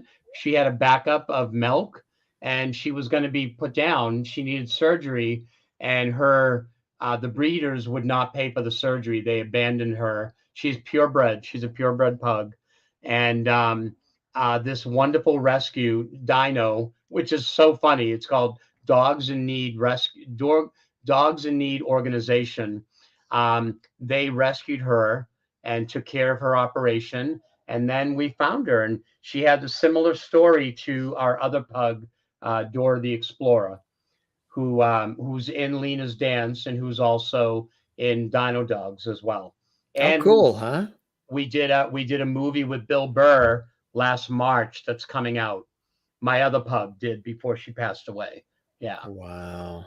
Beautiful, huh? Hi. All right, you want to get down? All right. You don't want to stay up here? Oh, she wants to just sit. So yeah. But yeah. She's in her sweet spot there. That's She is. She's a good girl. Lots of fun videos of her. She's a little goofball. And that's she it. just loves Unconditional everyone. love. Yeah. It's unconditional love. Well, Unconditional this was Miracle Mike. This was awesome. Do you know we chatted for an hour and almost 45 minutes? Oh my gosh. It didn't seem like it, right? It just goes by. No. That's why I say these aren't interviews. This is a conversational talk show atmosphere. And we don't have any stringent structure as far as, well, you're in and out in 5 minutes, and we have a good conversation and share it with our viewers and bring them in. And this has been fantastic. There's all the different websites, of course, to check out some of the cool things that we've been talking about with our special guest, Sean McHale, Miracle Mike. And we're going to keep the porch light on for you. You are welcome to come back to the Jim Masters Show at any time. And I hope you enjoyed the time with me as much as I absolutely have with you. Oh my God. Yeah. Yeah. I'm taking a picture of this right now because I want to share it. So, Gabby, what are you doing, Gabby? Yeah, this has been amazing. And I'm reading all the comments, and thank you guys so much. I've had a great time, and I always joke that, again, they gave me 7 to 9 years to live back in 1990. I'm like, no, I have to be on the Jim Masters Show in 33 years. So that's not going to work for me. We waited for you. Hang out with Jen Barry and Sherry Larson and Christine Clifton. All of our viewers. Yeah. It's like, and can I throw in really quick? Cause I saw the name Larson and I had slipped and said Glenn Larson. Can I tell his story really quick? Sure. Do you know Glenn Larson? Do you know who he is? Tell us. He created a little show called $6 Million Man. Oh yeah, that's right. And the Bionic Woman. Yes, and Lee Majors. Yeah, and Lindsay yesterday Wagner. was the 50-year anniversary of the $6 Million Man premiering on TV. Wow. So I do murder mysteries for teenagers. I do them, I do, just so everyone knows, I do everything online too. So everything I do, like remote too. So I did a murder mystery for his daughter at their compound in Palm Springs. And while I was there, I told them my name was Garvey. And I said, I think, I'm related to Steve Garvey, the baseball player. And his wife said, wait a minute. And she made a phone call and she's like, Steve, we have a cousin here. So I got to meet Steve Garvey, the baseball player, over the phone. And we laughed, and he's like, yeah, we're all related. And I go, well, you do look like half of my relatives. but because of Glenn, the $6 Million Man guy, I only had one murder mystery that I wrote for the teenagers. I did it for his daughter. His other daughter wanted to do one, so I had to write a new one. Then their best friend wanted to do one, so I had to write a third one. Then the original daughter wanted to do it again. I had to write a fourth one. And then again, it went again. So I wrote 6. I have 6 that I've written because of Glenn Larson, the creator of $6 Million Man. Small world, isn't it? Yeah. Yeah. Small world. It's so crazy. It's like, thank you, Glenn Larson, for that inspiration. That's it. I figured when there's a need, I'll meet it. I've learned to never say no. Right. If someone's like, can you do blah, blah, blah? I'm like, yeah, sure. And then I'll figure out a way to make it happen. Exactly. If it's in my in my wheelhouse. If it's not in my wheelhouse, then Then right, you can't do it all. Exactly. Well, yeah. we're so glad you stopped by the show and hope it met whatever expectations you had. And we will definitely keep the More. porch light on for you. Thank you. And we're Thank glad you our so friend much. Maggie, linked us up. She's wonderful. We love Maggie. Yes. Yeah. Yes. Hi, This Jane. is great. All right. So we're going to Thank you, wrap. Maureen. Yeah, and they And, can get, if they want to see the book, they can just go to dinodogs.com as yes. well. Yeah, we got all the 20%, websites up here. And 20 and this might interest everyone too. 20% of all the profits go directly to children's charities and animal charities. And we're always looking for new charities to benefit. which So is if any of your beautiful. viewers have a charity that they love, we have different ones every month. So it's like, because we want to benefit as much as we can. So if anybody has a charity they would like to benefit with Dino Dogs, they can contact me directly at Dino Dogs. They can That's contact me there. perfect. Yeah. Well, you be well, my friend, and thanks for stopping by. Spread the word about the Jim Masters Show live entertainment, lifestyle, celebrity talk show series. If you know other folks who think would like to pop on, everybody's welcome. It takes a village, and appreciate your being with us. It was fantastic. Thank you so much, and thank You're you everyone welcome. for all the love. Absolutely. I love all the love coming in. It's so beautiful. It's our loveties watching from around the Loveties. world. Yeah. That's it. Jim Masters Show loveties. You be well, my friend. Thank you. Thank All you right. so much. Bye, everyone. Take care. Bye-bye now. Miracle Mike. Yes, Michael Sean McHale stopping by the Jim Masters Show live, entertainment, lifestyle, celebrity talk show series. The different websites you can check out for some of the amazing things that he's doing. We're so excited. It was one of our previous guests also. A lot of the guests love being on our show so much, they end up telling others, you got to go on the Jim Masters Show. I had such a great time on the Jim Masters Show. I love the vibe. I love the levity. I love the conversation. I like the free form flow. It is free flowing. We don't script questions. Every once in a while, you get somebody say, like their PR person will say, can you send us questions in advance, what you're going to ask the person? Like, we don't do that here. If you want to send some questions our way to hit on some specific things that you want us to talk about, but that's not why I do the show. This is free flowing. This is conversational. It's interactive, and we like to have a good time with all of you. And I've done a lot of work in television and radio over the years where the questions are pre-prepared, and that's fine. And, we always hit upon the key things that are happening that are topical. But I think it's so much better when it's not an interview, when it's a conversation, and it's just more relatable. It's warmer. It isn't so static and predictable. You don't see me just sitting here reading. There's a lot of people sit there and they read. My guests starred in this show and we love them. I love that guest. And you see that so often, and that's not the gig here. That's not our vibe. We are all about the levity thing. So it's kind of cool. We really appreciate him stopping by and spending all this time with us.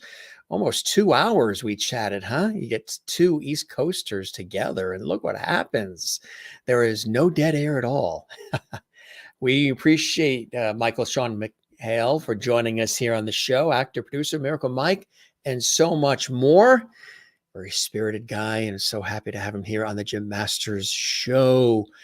I have to get up really early at 6 a.m. tomorrow morning, which is on a Saturday, because I have a television shoot, a big TV shoot at 8 a.m. with a guest that's flying in from, I think, California. So I got to get to the TV studio in the morning. And then guess what? It's a double Levity Day tomorrow, everybody. We have two amazing guests as we get ready to celebrate the Irish. Yeah, Diedre is going to be with us. Diedre Masterson. Yes, Masterson is going to be on the Masters Show. Award-winning Irish soprano Diedre Masterson. She's all excited. She's spreading the word. Going to be with us live from Ireland as we get ready to kick off celebration of St. Patrick and everything Irish. And she's going to be with us tomorrow. That's Saturday. So I'll be doing the TV shoot early in the morning and then rushing from the TV studio back here to Levity Hall to get prepared for this 3 o'clock live show, 3 Eastern, noon Pacific, 8 p.m. in Ireland, Scotland, and the UK. And that's going to be terrific. She may sing for us. She's got a lot of Irish tales. And then we've got tomorrow night, Double Lovity. Joel Thurm is going to be here. He's going to be with us about a week or so ago, but he had some technical problems, so we rescheduled him. He's going to be on 8 p.m. Eastern, 5 p.m. Pacific tomorrow night. So 2 shows, Diedre live from Ireland at 3 Eastern, noon Pacific, 8 in the UK and Ireland. And then tomorrow night, Joel Thurm. And then Sunday, I'm just going to collapse after 6 a.m. straight through working the professional job and then coming to Lovity Hall and doing back-to-back Lovity shows. Joel Thurm was Senior Vice President of Talent and Casting for the NBC television network. And he cast The Golden Girls, The A-Team, The Cosby Show, Family Ties, you name it. Seinfeld he worked with, the Rocky Horror Picture Show, just a legend. He's got a new book out, Sex, Drugs, and Pilot Season, Confessions of a Casting Director. He's going to be with us telling his stories. Legendary Hollywood casting director. That is tomorrow. Yeah, so 2 shows again tomorrow for those watching live. 3 in the afternoon Eastern, 8 p.m. Eastern. It's going to be cool. Other guests coming up. Yuko Kudo is going to be with us. She's all excited. She's here on Monday. She's a brilliant singer, creative producer, artist, and so much more. That's going to be on Monday. And Jill Jacobson is joining us. You saw her starring on Falcon Crest on CBS.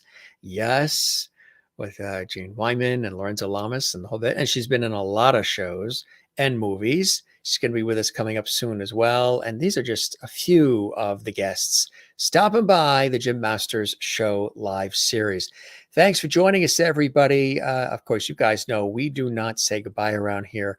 We say see you later, ciao, cheers, slancha, avida zane, take care, sayonara, cheerio, moi loop, shalom, and all the rest. And don't forget to relax as well, right? So cool when you get a chance to relax, take care of one another, love one another, and don't forget to spend time loving yourself. You know what I mean? In order to have the energy and the wherewithal to love others, you have to take time for yourself. And thank you, Kathleen, for watching. It's 2:50 a.m. in Sweden, where Jane is. She's got her new bed, her Lovity bed, she calls it. She watches the Jim Masters Show late at night in Sweden because she's about 6 hours ahead of us. It's approaching 9 p.m. here, East Coast time right now. So she's 6 hours ahead. And it's almost 3 o'clock in the morning. She's in her Lovity bed. She got a new bed. She's all excited. And Christine Clifton, thank you very much as well for being with us. Yes, I absolutely love the new guitar. The guitar that we got, the brand new one. It's not this one. This one was a gift from my brother-in-law, the one you see here on set. The other guitar, we did show a picture recently on social media. Absolutely in love with the guitar. And we've been gigging with it and playing with it. And we may sprinkle it on our show too as well for all of you. Thank you very much for all the great comments. And Maureen, you're so right. The conversations do fly. She goes, conversations on the fly are what makes this such a fantastic show. It flows perfectly. And the best part is that we're included. It's like sitting in my living room with a bunch of friends. Perfect. It's like you're the studio audience. Yeah, you're our virtual studio audience. As opposed to talking at you, we're talking with you. There's enough people out there that talk at. I like to talk with, and I do that in my professional work on television, radio, stage, and film as well, as much as possible, if the format allows. Thank you, Jim. Great show, great guests. What you do here for us is something special. Thank you, Kathleen. We really appreciate that. Really kind of you. Sherry Larson, thank you, Jim, for another fantastic evening. Michael is so sweet and funny. Appreciate all you do for us. You are very, very welcome. And yes, Mike is a Jim Master Show lovity for sure. Absolutely. Got that. Jen watching in Pennsylvania, USA.